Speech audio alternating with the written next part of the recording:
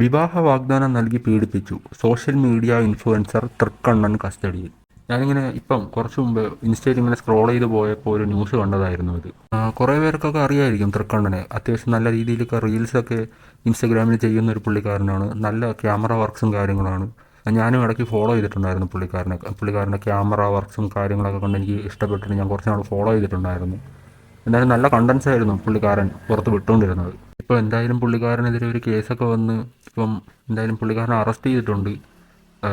ഞാൻ ഈ വീഡിയോ ഇവിടെ ചെയ്യാൻ കാരണമെന്ന് പറഞ്ഞാൽ ജസ്റ്റ് ഇന്നലെ അല്ലെങ്കിൽ മിനിഞ്ഞാന്ന് ഞാൻ ഒരു വീഡിയോ ചെയ്തിട്ടുണ്ടായിരുന്നു. ഇതിനെ ബേസ് ചെയ്തല്ല, പക്ഷേ 28-ാം തീയതി, അതായത് ഫെബ്രുവരി 28-ാം തീയതി ഒരു ന്യൂസ് വന്നിട്ടുണ്ടായിരുന്നു. അത് ഞാൻ എന്തായാലും ഇവിടെ വയ്ക്കാം. പരാതിക്കാരിയെ കണ്ണടച്ച് വിശ്വസിക്കരുത്, പ്രതിയുടെ ഭാഗവും അന്വേഷിക്കണം. ഇതിനെ ബേസ് ചെയ്ത് ഞാനൊരു ഷോർട്സ് ചെയ്തിട്ടുണ്ടായിരുന്നു. അത് കഴിഞ്ഞ് തൊട്ടടുത്ത ദിവസമാണ് ഇങ്ങനത്തെ ഒരു ഇൻസിഡൻറ്റ് വരുന്നത്. ഇത് ഒരിക്കലും തൃക്കണ്ണനെ സപ്പോർട്ട് ചെയ്തുകൊണ്ട് ചെയ്യുന്നൊരു വീഡിയോ അല്ല. നിങ്ങൾ അങ്ങനെ വിചാരിക്കരുത് കാണുമ്പോൾ. കാരണം ഇന്നല്ലെങ്കിൽ നാളെ നമുക്കും ഇത് സംഭവിക്കാവുന്നതേ ഉള്ളൂ. ഏതെങ്കിലും ഒരു ലേഡി നമുക്കെതിരെ ഒരു ഫേക്കായിട്ടുള്ളൊരു കേസ് കൊടുത്താൽ നമ്മുടെ അവസ്ഥ ഇത് തന്നെയായിരിക്കും. ഒന്നുമില്ല, നമ്മൾ കുറ്റക്കാരനാണോ അല്ലയോ എന്ന് തെളിയുന്ന മുമ്പേ നമ്മുടെ ഐഡൻറ്റിറ്റി പുറത്തു പോകും. ഞാൻ അതിന് എതിരെയായിരുന്നു ഞാൻ വീഡിയോ ചെയ്തത്. അതായത് ഇങ്ങനൊരു ഉത്തരവ് വന്നു, അതായത് സ്ത്രീകളുടെ മൊഴി മാത്രം വിശ്വസിച്ച് ഒരു കേസ് എടുക്കരുതെന്ന്. അതുപോലെ കുറ്റം തെളിയുന്നത് വരെ നമ്മുടെ ഐഡൻറ്റിറ്റി പുറത്ത് വിടരുത് എന്ന ഒരു ഉത്തരവും കൂടെ ഇറക്കണം. നമുക്ക് ആദ്യം എന്തായാലും ആ ന്യൂസ് ഒന്ന് കാണാം ഇപ്പോൾ വന്നത്. സോഷ്യൽ മീഡിയയിലെ സ്വാധീന ശക്തികളിൽ ഒരാൾ കൂടി അകത്തായിട്ടുണ്ട്. വിവാഹ വാഗ്ദാനം നൽകി പീഡിപ്പിച്ചെന്ന പരാതിയിൽ സോഷ്യൽ മീഡിയ ഇൻഫ്ലുവൻസർ തൃക്കണ്ണൻ എന്ന ഹാഫിസ് പിടിയിൽ. ആലപ്പുഴ സൗത്ത് പോലീസാണ് പ്രതിയെ അറസ്റ്റ് ചെയ്തത്. മുഹമ്മദ് ഹാഫിസ് എന്നാണ് ഇയാളുടെ പേര്. ഇയാൾക്ക് ഇൻസ്റ്റാഗ്രാം ഐ ഡി ഉണ്ട്. 3,51,000 ഫോളോവേഴ്സുള്ള ഇൻസ്റ്റാഗ്രാം ഐ ഡിയാണ് ഇയാൾക്ക്. തൃക്കണ്ണൻ എന്നാണ് പേര്. ഇയാൾ ഇതുപോലെ നിരവധി പെൺകുട്ടികളെ ഇതേപോലെ റീൽസ് എടുക്കാമെന്ന് പറഞ്ഞ് കുട്ടികളെ പറ്റിക്കുകയാണ് ചെയ്യുന്നത്. ഈ കുട്ടിയെ വിവാഹം കഴിക്കാൻ വേണ്ടിയിട്ടായിരുന്നു. പിന്നീട് എന്തൊക്കെയോ ഈ ബന്ധങ്ങൾക്ക് ശേഷം കുറച്ച് വഴക്കുകളും കാര്യങ്ങളും ഉണ്ടായി. അതിനുശേഷം ഈ കുട്ടിയായിട്ട് പിരിഞ്ഞു എന്നാണ് പറയുന്നത്. ആ ന്യൂസിൽ പറയുന്നുണ്ട് അവർ റിലേഷനിലായിരുന്ന സമയത്ത് എന്തോ പ്രശ്നം കാരണമാണ് പിരിഞ്ഞതെന്ന്. എന്ത് പ്രശ്നമാണെന്ന് അവിടെ വ്യക്തമല്ല. ആരുടെ ഭാഗത്താണ് തെറ്റെന്ന് പോലും അറിയില്ല. ആ സമയത്താണ് പുരുഷൻ, അതായത് മെയിലിനെ മാത്രം ഫോക്കസ് ചെയ്ത് അറസ്റ്റ് നടക്കുന്നത്. പുള്ളിക്കാരി ആയിരിക്കാം കേസ് കൊടുത്തത്. എങ്കിലും ഈ ഐഡൻറ്റിറ്റി പുറത്ത് വിടുന്ന എന്തിനാണ്? ഉടൻ തന്നെ അറസ്റ്റ് രേഖപ്പെടുത്തുന്നതെന്ന് പറഞ്ഞാൽ തെളിവുകളും കാര്യങ്ങളൊന്നും നശിപ്പിക്കാതിരിക്കാൻ വേണ്ടിയാണ് ഉടൻ തന്നെ അറസ്റ്റ് നടത്തുന്നത്. അത് ഓക്കെ, ഫൈൻ, അത് സമ്മതിച്ച് തരാവുന്ന കാര്യമാണ്. കാരണം തെളിവ് നശിക്കപ്പെടാം. സമയം താമസിക്കും തോറും ഡിജിറ്റലായിട്ടുള്ള എവിഡൻസും പല കാര്യങ്ങളും ഏത് രീതിയിൽ വേണോ മാനിപ്പുലേറ്റ് ചെയ്യാൻ പറ്റും. അതുകൊണ്ട് ഉടനടി അവിടെ ഒരു അറസ്റ്റ് നടത്തും. അത് വളരെ നല്ല കാര്യം. പക്ഷേ എന്തിനാണ് ഈ ഐഡൻറ്റിറ്റി പുറത്തു വിടുന്നത്? കുറ്റക്കാരനാണോ ഇല്ലയെന്ന് തെളിഞ്ഞിട്ട് പോലുമില്ല. അതിനു മുമ്പാണ് identity, Aadhaar number, pan number, ഇനി എന്തൊക്കെ പുറത്തുവിടാൻ പറ്റുമോ അതെല്ലാം പുറത്തുവിടും. മനീഷ് മഹിബാൽ ആലപ്പുഴയിൽ നിന്ന് വിശദാംശങ്ങളുമായി ചേർന്നു. മനീഷ്, 3 ലക്ഷം ഫോളോവേഴ്സിനെയും വെച്ച് ഇത്തരത്തിൽ വിവാഹ വാഗ്ദാനം നൽകി പീഡിപ്പിക്കലായിരുന്നു ഇദ്ദേഹത്തിന്റെ പ്രധാനപ്പെട്ട വിനോദം. ഇയാൾക്കെതിരെ ഇപ്പോൾ ഒരു പരാതിയാണ് ഉയർന്നു വന്നിരിക്കുന്നത്. എന്താണ് ആ പരാതി വിശദാംശങ്ങൾ? സുഹൈൽ, 25 വയസ്സുകാരനായ തൃക്കണ്ണൻ എന്ന ഹാഫിസ് സജീവിന് വലിയ വിദ്യാഭ്യാസമില്ലെങ്കിലും ഇൻസ്റ്റാഗ്രാമിൽ 3,60,65,000 ഫോളോവേഴ്സ് ഉണ്ട്. അത്രത്തോളം തന്നെ വരുമാനം സോഷ്യൽ മീഡിയയിൽ നിന്ന് ലഭിക്കുന്നുണ്ട്. സോഷ്യൽ മീഡിയ ഇൻഫ്ലുവൻസർ ആണ്. അയാളുടെ റീൽസിനൊക്കെ തന്നെ വലിയ റീച്ച് സോഷ്യൽ മീഡിയയിൽ അക്കൗണ്ടിൽ തന്നെ ചെയ്യാമെന്ന പേരിലാണ് ഇയാൾ ബന്ധം സ്ഥാപിക്കുക. ഇയാളെ സംബന്ധിച്ച് സൗത്ത് പോലീസ് പറയുന്നത് ഇയാളുടെ വീടിന് സമീപത്ത് തന്നെ മറ്റൊരു വീട് ഇയാൾ വാടകയ്ക്ക് എടുത്തിട്ടുണ്ട്. ഈ വാടകയ്ക്കെടുത്ത വീട്ടിലാണ് ഈ റീൽസിന്റെ എഡിറ്റിങ്ങും ഒപ്പം തന്നെ മറ്റു കലാപരിപാടികളൊക്കെ തന്നെ ഇതുമായി ബന്ധപ്പെട്ട കലാപരിപാടികൾ നടക്കുന്നത്. അങ്ങനെ ഇവിടെ എത്തിച്ചാണ് പല പെൺകുട്ടികളെയും പീഡിപ്പിച്ചിരുന്നത്. ഇതിലൊരു പെൺകുട്ടിയായിരുന്നു ഇപ്പോൾ പരാതിക്കാരി ഒരു നിയമ വിദ്യാർത്ഥി കൂടിയാണ്. അങ്ങനെ വിവാഹ വാഗ്ദാനം നൽകി ഇവരെ 1 വർഷത്തോളമായി അടുപ്പത്തിലായിരുന്നു. അതിനുശേഷമാണ് ഇയാൾ വഞ്ചിക്കുകയാണെന്ന് തിരിച്ചറിഞ്ഞ അടിസ്ഥാനത്തിലാണ് ഈ പെൺകുട്ടി പരാതിപ്പെട്ടത്. ഇതിനു മുമ്പ് 2 പരാതി ഇയാൾക്കെതിരെ ആലപ്പുഴ സൗത്ത് പോലീസ് ലഭിച്ചിട്ടുണ്ട്.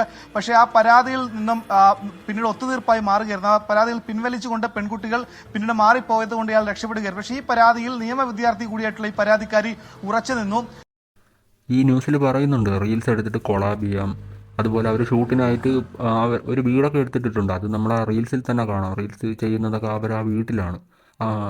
ഇന്നലെ തന്നെ ആ വീട്ടിൻ്റെ ഫ്രണ്ടിൽ നിന്നുകൊണ്ടാണെന്ന് തോന്നുന്നു ഒരു സ്റ്റോറിയൊക്കെ ഇട്ടിട്ടുണ്ടായിരുന്നു തൃക്കണ്ണൻ. അത് ഞാനിവിടെ വെക്കാം എന്തായാലും.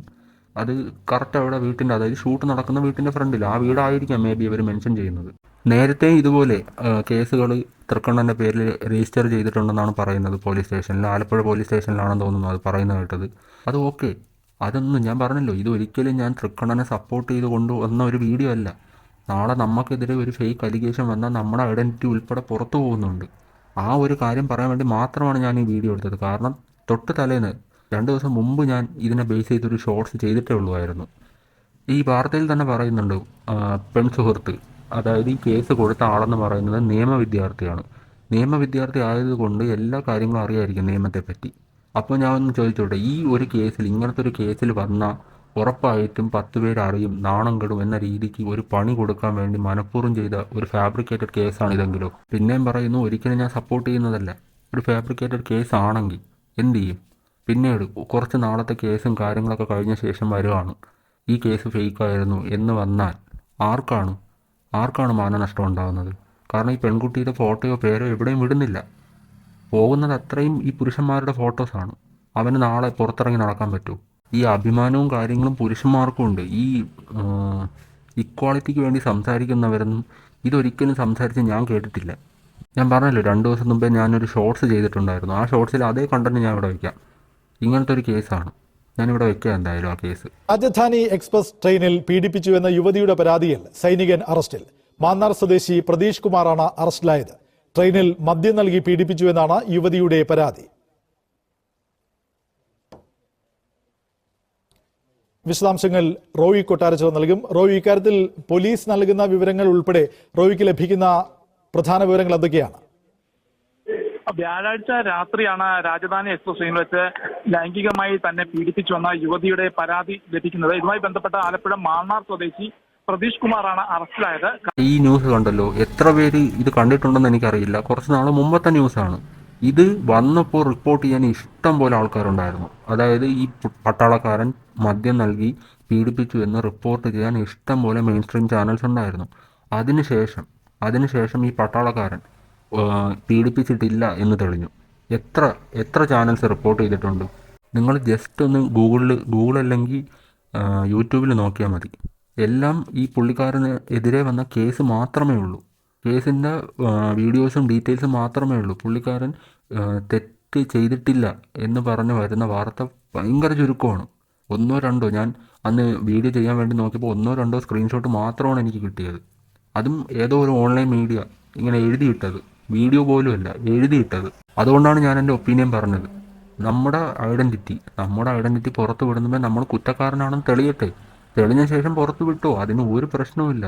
പുറത്ത് വിടുക തന്നെ വേണം. ഒരു കുറ്റവും ചെയ്തില്ല. ഇങ്ങനത്തെ ഒരു സിറ്റുവേഷൻ ആണെങ്കിൽ ആ ഒരാൾക്ക് നാളെ പുറത്തിറങ്ങി നടക്കണ്ടേ? നമ്മുടെ ജോലി അത് ബാധിക്കില്ലേ? നമ്മുടെ സ്റ്റഡീസിനെ അത് ബാധിക്കില്ലേ? നമുക്കുണ്ടാകുന്ന മെൻ്റൽ ട്രോമ എന്തായിരിക്കും? അതൊന്നും ആരും ആലോചിക്കുന്നില്ല. ഈ ഇക്വാളിറ്റി പറയുന്നവർ ഇതിനെപ്പറ്റി സംസാരിക്കുന്ന പോലുമില്ല. ഇങ്ങനൊരു ഐഡൻറ്റിറ്റി പുറത്തു വിടുന്ന കേസ്